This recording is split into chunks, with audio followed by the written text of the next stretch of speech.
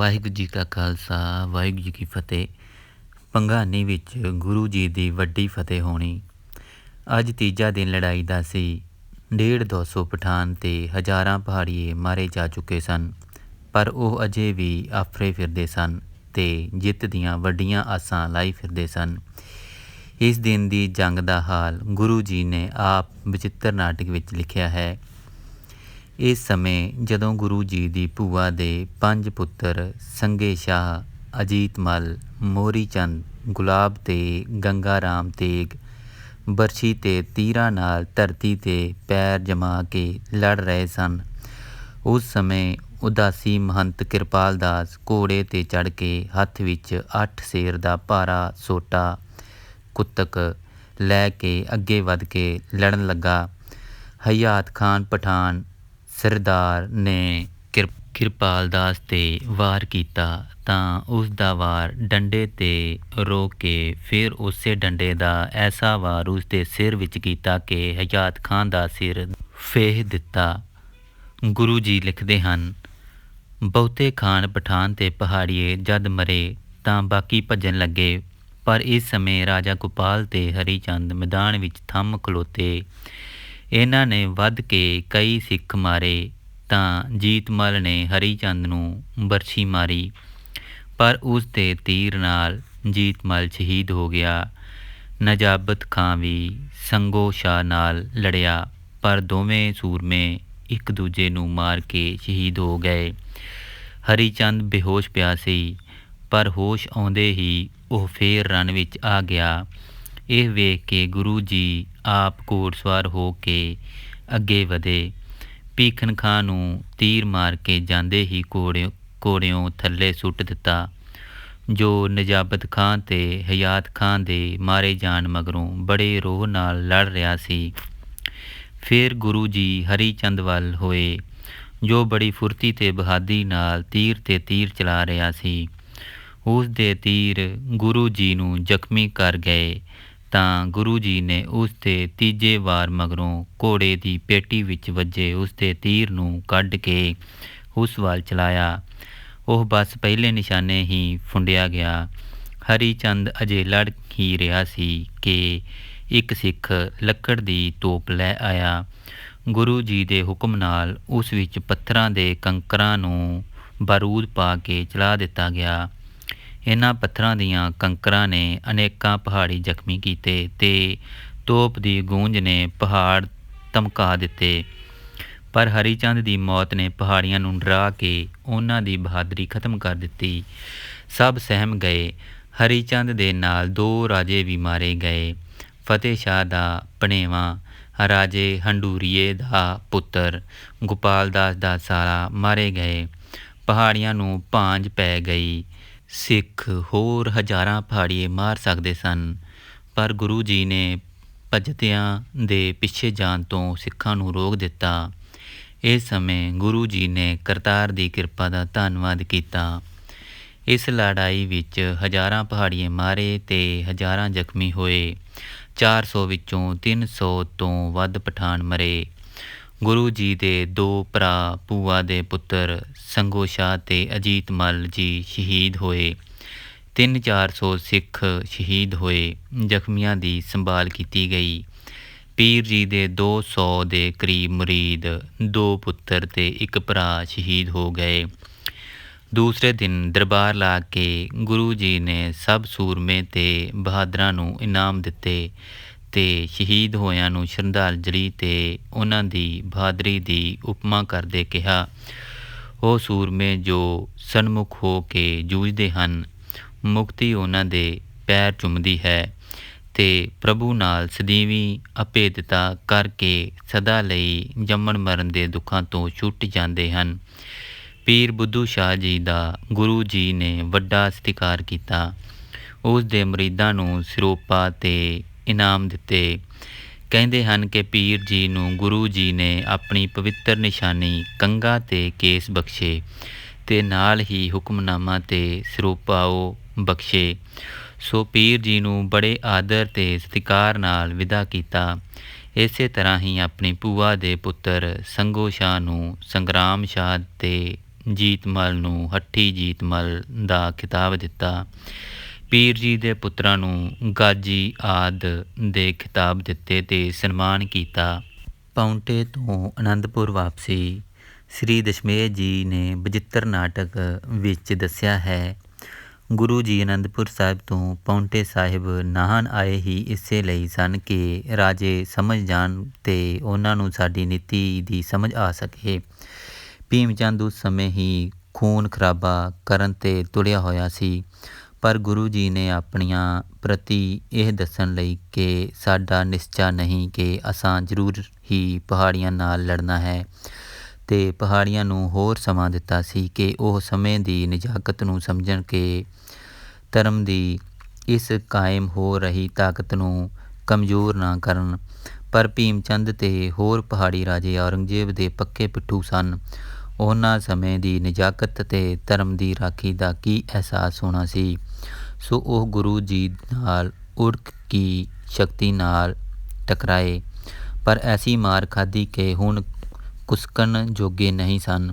ਗੁਰੂ ਜੀ ਇਹ ਵੀ ਵੇਖ ਰਹੇ ਸਨ ਕਿ ਸਿੱਖਾਂ ਵਿੱਚ ਪਹਾੜੀਆਂ ਤੇ ਖਾਸ ਕਰਕੇ ਫਤਿਹ ਸ਼ਾਹ ਦੀ ਬੇਵਫਾਈ ਤੇ ਗੁੱਸਾ ਸੀ। ਗੁਰੂ ਜੀ ਦੇ ਭੇਜੇ ਸਿੱਖਾਂ ਨੂੰ ਮਾਰਨ ਤੇ ਘੇਰਨ ਦੇ ਯਤਨ ਉਸ ਨੇ ਹੀ ਕੀਤੇ ਸਨ।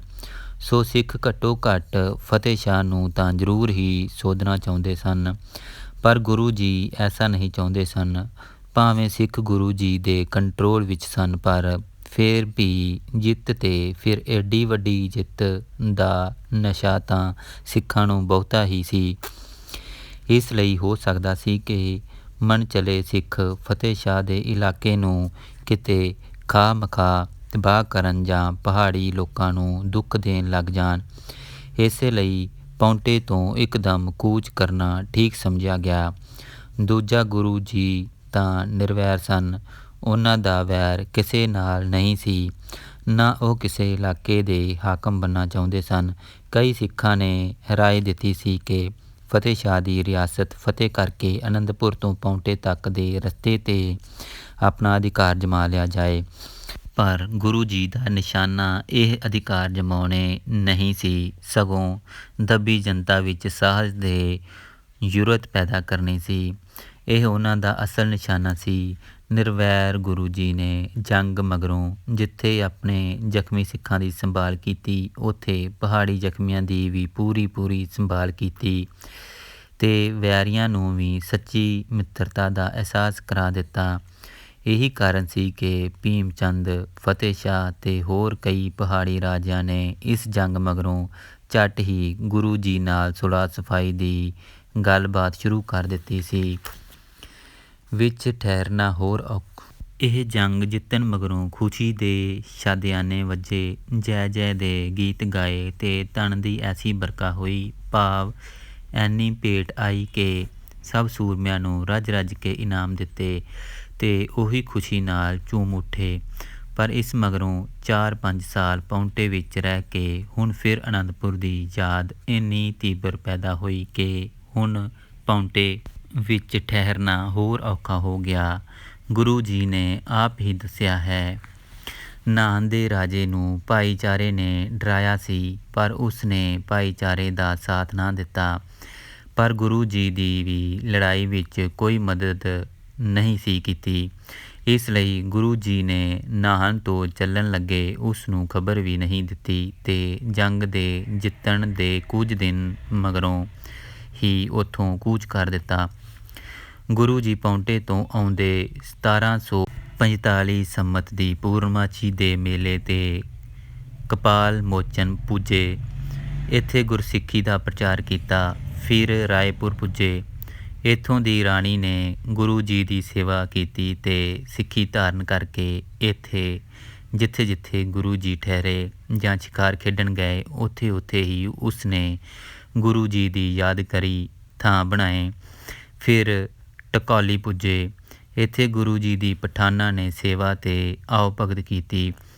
ਇੱਥੇ ਪਾਣੀ ਦੀ ਤੰਗੀ ਸੀ, ਸੋ ਗੁਰੂ ਜੀ ਨੇ ਪਠਾਨਾਂ ਤੇ ਹੋਰ ਲੋਕਾਂ ਦੇ ਮੰਗ ਕਰਨ ਤੇ ਇੱਥੇ ਬਾਉਲੀ ਲਗਵਾਈ ਤੇ ਪਾਣੀ ਦੀ ਤੰਗੀ ਦੂਰ ਕਰ ਦਿੱਤੀ। ਢਕੌਲੀ ਤੋਂ ਰੋਪੜ ਤੇ ਕੀਰਤਪੁਰ ਦੇ ਰਸਤੇ ਸੰਮਤ 1745 ਵਿੱਚ ਦਸ਼ਮੇਸ਼ ਜੀ ਵਾਪਸ ਅਨੰਦਪੁਰ ਆ ਪੁੱਜੇ। 4-5 ਸਾਲ ਦੀ ਗੈਰ ਹਾਜ਼ਰੀ ਨੇ ਅਨੰਦਪੁਰ ਨੂੰ ਬੇਰੌਣਕਾ ਜਿਹਾ ਬਣਾ ਦਿੱਤਾ ਸੀ, ਪਰ ਨਗਰੀ ਦੇ ਮਾਲਕ ਸੁਆਮੀ ਦੇ ਆਉਂਦੇ ਹੀ ਅਨੰਦਪੁਰ ਵਿੱਚ ਆਨੰਦ ਦੀਆਂ ਲਹਿਰਾਂ ਦੌੜਨ ਲੱਗ ਗਈਆਂ। ਦੂਜੇ ਪਾਸੇ ਪਹਾੜੀ ਰਾਜਿਆਂ ਨੂੰ ਇੱਕ ਵੇਰ ਐਸਾ ਥੱਲੇ ਸੁੱਟਿਆ ਕਿ ਉਹਨਾਂ ਦੇ ਘਰਾਂ ਵਿੱਚੋਂ ਕਈ ਮਹੀਨੇ ਰੋਣੇ ਤੇ ਸਿਆਪੇ ਹੀ ਨਾ ਮੁੱਕੇ। ਦੂਜਾ, ਕੁਝ ਵਿਆਹ ਕਰਕੇ ਤੇ ਕੁਝ ਜੰਗ ਕਰਕੇ ਰਾਜਿਆਂ ਦੀ ਆਰਥਿਕ ਹਾਲਤ ਨੂੰ ਵੀ ਵੱਡਾ ਧੱਕਾ ਵੱਜਾ। ਇਹਨਾਂ ਰਾਜਿਆਂ ਵੱਲ 4-4, 5-5 ਸਾਲ ਦਾ ਕਰ ਦੇਣਾ ਜਮ੍ਹਾਂ ਹੋ ਗਿਆ ਸੀ। ਭੀਮ ਚੰਦ ਦਾ ਗੁਰੂ ਜੀ ਦੀ ਸ਼ਰਨ ਆਉਣਾ।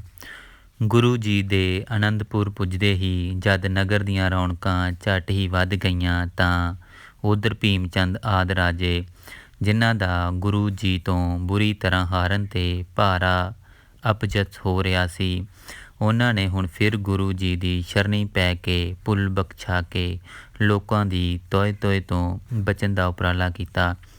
ਭੀਮ ਚੰਦ ਨੇ ਸੰਮਤ 1746 ਵਿੱਚ ਗੁਰੂ ਜੀ ਦੇ ਪਾਸ ਆਪਣਾ ਆਦਮੀ ਅਨੰਦਪੁਰ ਭੇਜ ਕੇ ਆਪਣੀ ਗਲਤੀ ਪ੍ਰਗਟ ਕੀਤੀ ਕਿ ਭੀਮ ਚੰਦ ਆਪ ਜੀ ਦੇ ਦਰਸ਼ਨ ਕਰਕੇ ਆਪ ਜੀ ਤੋਂ ਖਿਮਾ ਮੰਗਣੀ ਚਾਹੁੰਦਾ ਹੈ। ਗੁਰੂ ਨਾਨਕ ਦੀ ਗੱਦੀ ਦਾ ਅਸਾਂ ਸਤਿਕਾਰ ਕਰਨਾ ਸੀ, ਪਰ ਅਸਾਂ ਆਪ ਉੱਤੇ ਚੜ੍ਹਾਈ ਕਰਨ ਦੀ ਗਲਤੀ ਕਰਕੇ ਆਪਣੀ ਕੀਤੀ ਦਾ ਫਲ ਪਾ ਲਿਆ ਹੈ। ਇਸ ਦੇ ਉੱਤਰ ਵਿੱਚ ਗੁਰੂ ਜੀ ਨੇ ਸੁਨੇਹਾ ਭੇਜਿਆ, ਭੀਮ ਚੰਦ, ਗੁਰੂ ਘਰ ਤਾਂ ਸ਼ੀਸ਼ੇ ਦੀ ਨਿਆਈ ਸਾਫ਼ ਤੇ ਨਿਰਵੈਰ ਹੈ। ਇਸ ਘਰ ਨੂੰ ਕੋਈ ਜਿਹੋ ਜਿਹੀ ਮੈਲੀ ਜਾਂ ਸ਼ੁੱਧ ਆਤਮਾ ਨੀਅਤ ਨਾਲ ਦੇਖਦਾ ਹੈ, ਉਸ ਨੂੰ ਉਹ ਜਿਹਾ ਹੀ ਨਜ਼ਰ ਆਉਂਦਾ ਹੈ। ਸਾਡਾ ਵੈਰ ਕਿਸੇ ਨਾਲ ਨਹੀਂ, ਅਸੀਂ ਤਾਂ ਪ੍ਰਭੂ ਦੇ ਸਭ ਜੀਵਾਂ ਨਾਲ ਪਿਆਰ ਕਰਦੇ ਹਾਂ। ਇੱਥੇ ਕੋਈ ਵੀ ਆਵੇ ਉਸ ਨੂੰ ਰੋਕ ਨਹੀਂ।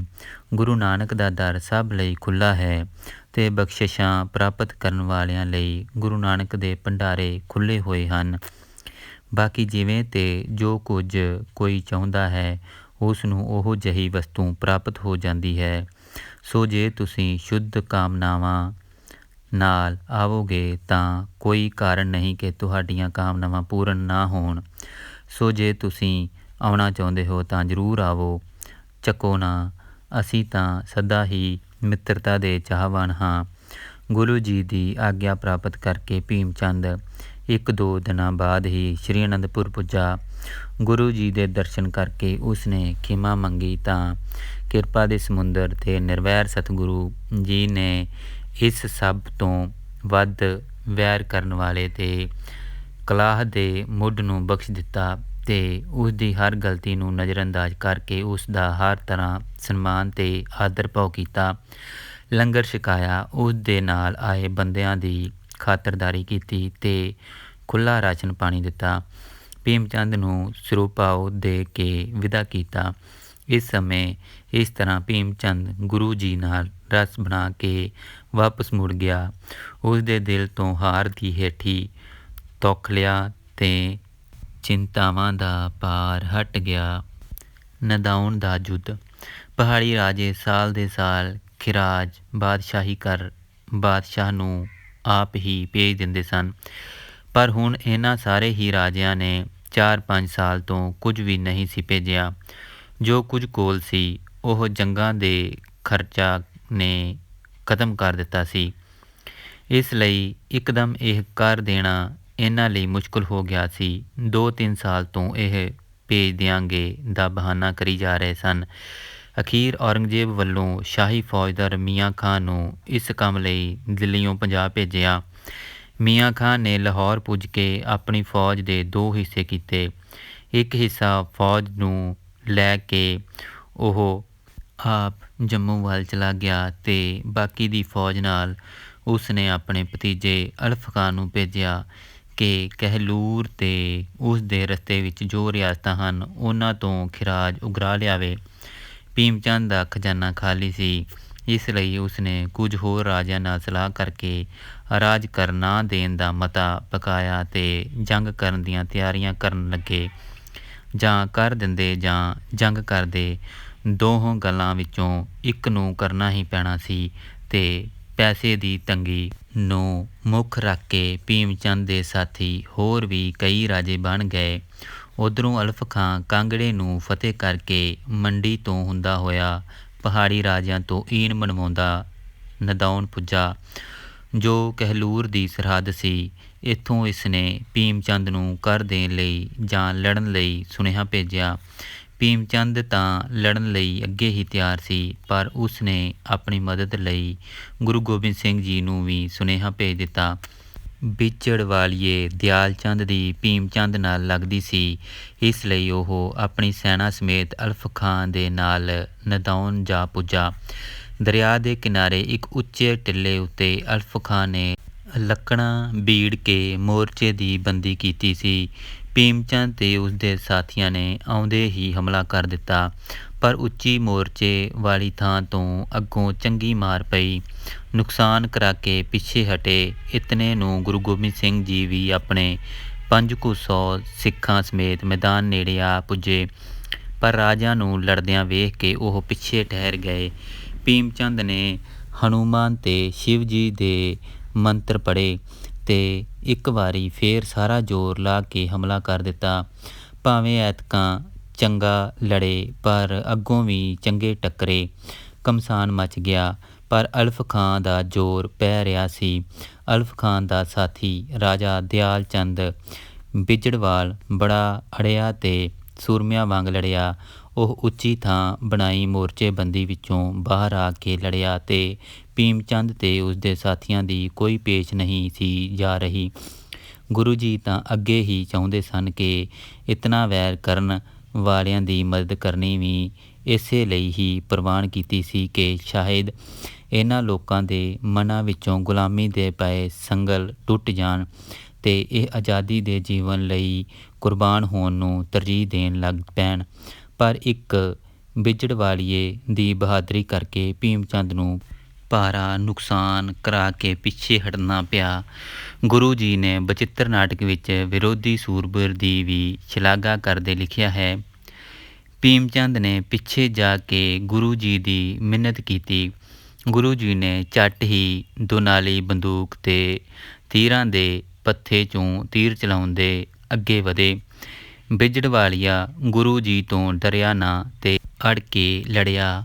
ਉਹ ਗੁਰੂ ਜੀ ਦੇ ਤੀਰ ਚਲਾ ਰਿਹਾ ਸੀ, ਪਰ ਗੁਰੂ ਜੀ ਘੋੜੇ ਨੂੰ ਨਚਾਉਂਦੇ ਉਸ ਦੇ ਵਾਰਾਂ ਤੋਂ ਬਚਦੇ ਉਸ ਵੱਲ ਅੱਗੇ ਵਧਦੇ ਗਏ। ਗੁਰੂ ਜੀ ਨੇ ਦੁਨਾਲੀ ਦਾ ਨਿਸ਼ਾਨਾ ਬੰਨ੍ਹਿਆ ਤੇ ਚਲਾ ਦਿੱਤੀ।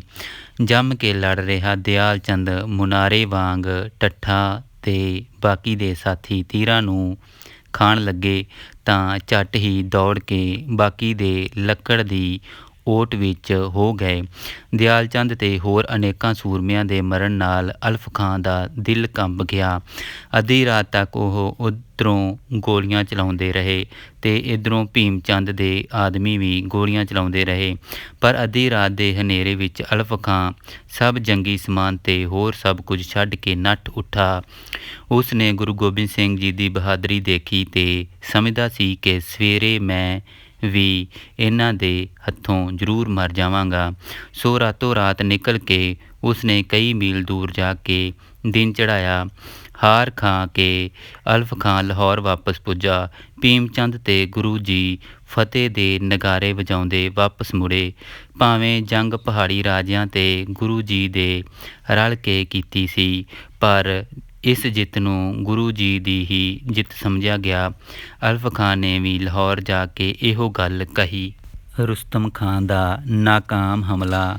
ਦਿਲਾਵਰ ਖਾਂ ਸੂਬਾ ਲਾਹੌਰ ਨੇ ਅਲਫ ਖਾਂ ਦੀ ਰਿਪੋਰਟ ਤੋਂ ਇਹੋ ਜਾਣਿਆ ਕਿ ਜਦ ਤੱਕ ਗੁਰੂ ਗੋਬਿੰਦ ਸਿੰਘ ਜੀ ਪਹਾੜੀ ਰਾਜਿਆਂ ਦੀ ਮਦਦ 'ਤੇ ਹਨ ਤੇ ਸਾਨੂੰ ਹਾਰ ਦੇਣ ਵਾਲਾ ਇੱਕੋ ਗੁਰੂ ਸੂਰਮਾ ਹੈ, ਸੋ ਗੁਰੂ ਨੂੰ ਦਬਾਉਣਾ ਜ਼ਰੂਰੀ ਹੈ।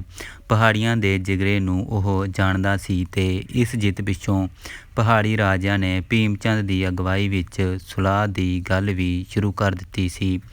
ਉਹਨਾਂ ਦੇ ਮਨ ਵਿੱਚ ਬਾਦਸ਼ਾਹੀ ਹਊਆ ਇੰਨਾ ਸਖਤ ਬੈਠਿਆ ਹੋਇਆ ਸੀ ਕਿ ਭੀਮ ਚੰਦ ਨੇ ਗੁਰੂ ਜੀ ਤੋਂ ਚੋਰੀ ਹੀ ਭੱਜੇ ਜਾਂਦੇ ਅਲਫ ਖਾਂ ਨੂੰ ਹੀ ਸੁਲਾਹ ਲਈ ਕਿਹਾ ਅਤੇ ਜੰਗ ਕਰਨ ਦੀ ਸਾਰੀ ਜ਼ਿੰਮੇਵਾਰੀ ਗੁਰੂ ਜੀ ਉੱਤੇ ਹੀ ਸੁੱਟ ਕੇ ਆਪਣੇ ਬਚਾਅ ਲਈ ਘੋਰ ਅਕ੍ਰਿਤ ਘਣਤਾ ਦਾ ਪ੍ਰਗਟਾਵਾ ਕਰ ਦਿੱਤਾ ਸੀ। ਗੁਰੂ ਜੀ ਨਦੌਣ ਜੰਗ ਮਗਰੋਂ 7-8 ਦਿਨ ਦਰਿਆ ਦੇ ਕਿਨਾਰੇ ਫਿਰਦੇ ਤੇ ਸੈਰ ਕਰਦੇ ਰਹੇ, ਪਰ ਭੀਮ ਚੰਦ ਪਹਿਲੇ ਦਿਨ ਹੀ ਵਾਪਸ ਮੁੜ ਗਿਆ ਸੀ। ਗੁਰੂ ਜੀ ਨੂੰ ਵੀ ਪਹਾੜੀਆਂ ਦੀ ਕਮਜ਼ੋਰੀ ਦਾ ਪਤਾ ਲੱਗਾ ਤਾਂ ਉਹ ਝੱਟ ਹੀ ਅਨੰਦਪੁਰ ਪਰਤ ਆਏ। ਗੁਰੂ ਜੀ ਨੇ ਪਾਉਂਟੇ ਤੋਂ ਆਉਂਦੇ ਹੀ ਅਨੰਦਪੁਰ ਦੀ ਰਾਖੀ ਲਈ ਕਿਲ੍ਹਿਆਂ ਦੀ ਤਿਆਰੀ ਕੀਤੀ, ਜਿਨ੍ਹਾਂ ਵਿੱਚੋਂ ਪਹਿਲਾ ਕਿਲ੍ਹਾ ਆਨੰਦਗੜ੍ਹ ਦਾ ਬਣ ਚੁੱਕਾ ਸੀ ਅਤੇ ਹੋਰ ਬਣ ਰਹੇ ਸਨ, ਜਿਨ੍ਹਾਂ ਨੂੰ ਗੁਰੂ ਜੀ ਨੇ ਛੇਤੀ ਹੀ ਤਿਆਰ ਕਰਵਾ ਲਿਆ। ਗੁਰੂ ਜੀ ਦੇ ਪਾਉਂਟੇ ਤੋਂ ਮੁੜਨ ਮਗਰੋਂ ਅਨੰਦਪੁਰ ਦੀਆਂ ਰੌਣਕਾਂ ਦਿਨ ਬ ਦਿਨ ਵੱਧ ਰਹੀਆਂ ਸਨ ਅਤੇ ਫੌਜੀ ਸਿੱਖਾਂ ਦੀ ਗਿਣਤੀ ਵੀ ਹੁਣ 3000 ਤੱਕ ਪੁੱਜ ਗਈ ਸੀ। ਨਦੌਣ ਵਿੱਚ ਹਾਰ ਜਾਣ ਮਗਰੋਂ ਹਾਰ ਦਾ ਬਦਲਾ ਲੈਣ ਲਈ ਲਾਹੌਰ ਦੇ ਸੂਬੇਦਾਰ ਨੇ ਆਪਣੇ ਪੁੱਤਰ ਰੁਸਤਮ ਖਾਂ ਨੂੰ ਭੇਜਿਆ ਅਤੇ ਹੁਕਮ ਦਿੱਤਾ ਕਿ ਤੁਸਾਂ ਪਹਿਲੇ ਅਨੰਦਪੁਰੀ ਗੁਰੂ 'ਤੇ ਹਮਲਾ ਕਰਕੇ ਫਿਰ ਪਹਾੜੀਆਂ ਵੱਲ ਹੋਣਾ। ਗੁਰੂ ਜੀ ਨੂੰ ਜਿੱਤ ਲਿਆ ਤਾਂ ਪਹਾੜੀਏ ਆਪੇ ਹੀ ਜਿੱਤੇ ਜਾਣਗੇ। ਸੋ ਰੁਸਤਮ ਖਾਂ ਮਾਰੋ ਮਾਰ ਅਤੇ ਕੂਚ ਦਰ ਕੂਚ ਕਰਦਾ ਅਨੰਦਪੁਰ ਦੇ ਨੇੜੇ ਆ ਪੁੱਜਾ। ਅਨੰਦਪੁਰ ਵੀ ਖਬਰਾਂ ਪੁੱਜ ਚੁੱਕੀਆਂ ਸਨ ਅਤੇ ਗੁਰੂ ਜੀ ਨੇ ਸਿੱਖਾਂ ਨੂੰ ਖਬਰਦਾਰ ਕਰਕੇ ਪੂਰੀ ਤਿਆਰੀ ਕਰ ਰੱਖੀ ਸੀ, ਪਰ ਵਰਖਾ ਰੁੱਤ ਹੋਣ ਕਰਕੇ ਅਨੰਦਪੁਰ ਦੇ ਨਦੀਆਂ ਨਾਲਿਆਂ ਵਿੱਚ ਪਾਣੀ ਠਾਠਾਂ ਮਾਰਨ ਲੱਗ ਗਿਆ। ਰੁਸਤਮ ਖਾਂ ਅਨੰਦਪੁਰੋਂ ਦੂਰ ਇੱਕ ਪਾਣੀ ਭਰੀ ਨਦੀ ਦੇ ਕਿਨਾਰੇ ਆ ਰੁਕਿਆ, ਪਰ ਇੱਧਰੋਂ ਸਿੱਖਾਂ ਦੇ ਜੈਕਾਰੇ ਅਤੇ ਮਾਰੋ ਮਾਰ ਦੀਆਂ ਆਵਾਜ਼ਾਂ ਸੁਣ ਕੇ ਦਹਿਲ ਗਿਆ। 3-4 ਘੰਟੇ ਉਹ ਨਦੀ ਪਾਰ ਕਰਕੇ ਅਨੰਦਪੁਰ ਦੇ ਹਮਲੇ ਕਰਨ ਦੀਆਂ ਵਿਉਂਤਾਂ ਸੋਚਦਾ ਰਿਹਾ, ਪਰ ਜਦੋਂ ਦੂਜੇ ਕਿਨਾਰੇ ਉਸਨੇ ਸਿੱਖਾਂ ਦੇ ਜੈਕਾਰੇ ਬਿਲਕੁਲ ਨੇੜੇ ਆਉਂਦੇ ਸੁਣੇ ਤਾਂ ਉੱਥੋਂ ਹੀ ਰਾਤੋਂ ਰਾਤ ਪਿਛਾਂਹ ਪਰਤ ਗਿਆ ਅਤੇ ਉਸਨੇ ਭੱਜਣ ਵਿੱਚ ਹੀ ਆਪਣੀ ਸਲਾਮਤੀ ਸਮਝੀ। ਅਨੰਦਪੁਰ ਤੋਂ ਦੁਸ਼ਮਣ ਦੀ ਫੌਜ ਨੂੰ ਰੋਕਣ ਕਰਕੇ ਇਸ ਨਾਲੇ ਦਾ ਨਾਂ ਉਦੋਂ ਤੋਂ ਸਹਾਇਕ ਨਾਲਾ ਪੈ ਗਿਆ। ਗੁਲਾਮ ਹੁਸੈਨੀ ਦਾ ਹਮਲਾ ਅਤੇ ਗੁਲੇਰ ਦੀ ਜੰਗ। ਪੁੱਤਰ ਦੇ ਇਸ ਤਰ੍ਹਾਂ ਭੱਜ ਕੇ ਵਾਪਸ ਆਉਣ 'ਤੇ ਦਿਲਾਵਰ ਖਾਂ ਨੂੰ ਕੁਝ ਨਾਮੋਸ਼ੀ ਅਤੇ ਕੁਝ ਕ੍ਰੋਧ ਵੀ ਆਇਆ, ਪਰ ਸਿਵਾਏ ਕਿਸੇ ਹੋਰ ਨੂੰ ਫੌਜ ਦੇ ਕੇ ਭੇਜਣ 'ਤੇ ਹੋਰ ਚਾਰਾ ਵੀ ਕੀ ਸੀ। ਉਸਦਾ ਇੱਕ ਜ਼ਰਖਰੀਦ ਗੁਲਾਮ ਹੁਸੈਨੀ ਸੀ। ਇਹ ਬੜਾ ਲੜਾਕਾ, ਅੜਬੰਗ ਅਤੇ ਗੁਮਾਨੀ ਵੀ ਸੀ। ਜਦੋਂ ਦਿਲਾਵਰ ਖਾਂ ਇਸ ਬਾਰੇ ਸੋਚ ਅਤੇ ਸਲਾਹ ਮਸ਼ਵਰੇ ਕਰ ਰਿਹਾ ਸੀ ਕਿ ਕਿਸ ਨੂੰ ਭੇਜਿਆ ਜਾਵੇ ਜੋ ਅਨੰਦਪੁਰੀ ਗੁਰੂ ਨਾਲ ਲੜੇ ਅਤੇ ਉਸ ਨੂੰ ਫਤਿਹ ਕਰੇ, ਤਾਂ ਉਸ ਸਮੇਂ ਹੁਸੈਨੀ ਨੇ ਮੰਗ ਕੀਤੀ ਕਿ ਮੈਨੂੰ ਭੇਜੋ ਅਤੇ ਦੇਖੋ ਫਿਰ ਮੈਂ ਕਿਵੇਂ ਸਭ ਨੂੰ ਸਿੱਧੇ ਕਰਾਂਗਾ।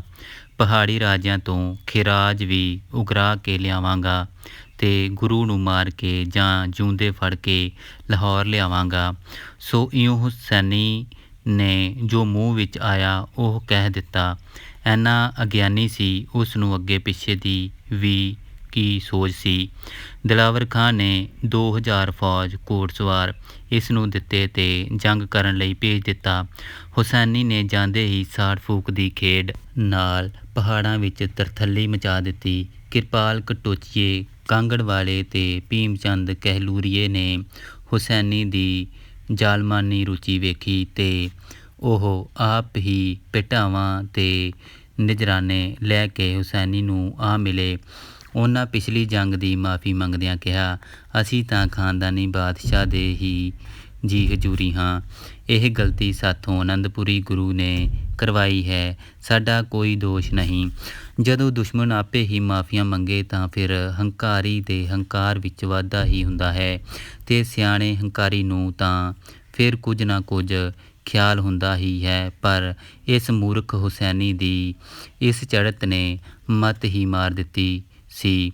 ਉਹ ਸਿੱਧਾ ਅਨੰਦਪੁਰ ਪੁੱਜਣਾ ਚਾਹੁੰਦਾ ਸੀ, ਪਰ ਉਸ ਦੀ ਮੂਰਖਤਾ ਨੇ ਉਸ ਨੂੰ ਰਸਤੇ ਵਿੱਚ ਹੀ ਰੱਖਣਾ ਸੀ ਤਾਂ ਅਨੰਦਪੁਰ ਕਿਵੇਂ ਪੁੱਜਦਾ। ਰਸਤੇ ਵਿੱਚ ਗੁਲੇਰੀਏ ਰਾਜ ਦੀ ਗੁਲੇਰ ਰਿਆਸਤ ਸੀ, ਉਹ ਵੀ ਹੁਸੈਨੀ ਦੀ ਸ਼ਰਨ ਪਿਆ। 400 ਰੁਪਏ ਖਿਰਾਜ ਵਜੋਂ ਉਸ ਦੇ ਸਾਹਮਣੇ ਰੱਖ ਕੇ ਦੇਰੀ ਦੀ ਖਿਮਾ ਮੰਗੀ, ਪਰ ਗੁਲੇਰੀਏ ਦੀ ਕਟੋਚੀਏ ਨਾਲ ਕੁਝ ਅਣਬਣ ਸੀ। ਇਸ ਲਈ ਕਟੋਚੀਏ ਨੇ ਕਿਹਾ, ਖਾਨ ਸਾਹਿਬ, 10,000 ਦੀ ਥਾਂ ਕੇਵਲ 4,000 ਸੂਬੇ ਨੇ ਇਹ ਗੱਲ ਮੰਨਣੀ ਨਹੀਂ ਜੇ। ਵਿਚਾਰੇ ਗੁਲੇਰੀਏ ਪਾਸ ਇਸ ਵੇਲੇ 10,000 ਹੈ ਨਹੀਂ ਸੀ। ਦੂਜਾ ਹੁਸੈਨੀ ਨੇ ਆਕੜ ਤੇ ਹੰਕਾਰ ਨਾਲ ਐਸੇ ਸ਼ਬਦ ਗੁਲੇਰੀਏ ਨੂੰ ਕਹੇ ਕਿ ਗੁਲੇਰੀਏ ਦੀ ਉਸ ਨੇ ਪਾਣਪਤ ਲਾ ਦਿੱਤੀ।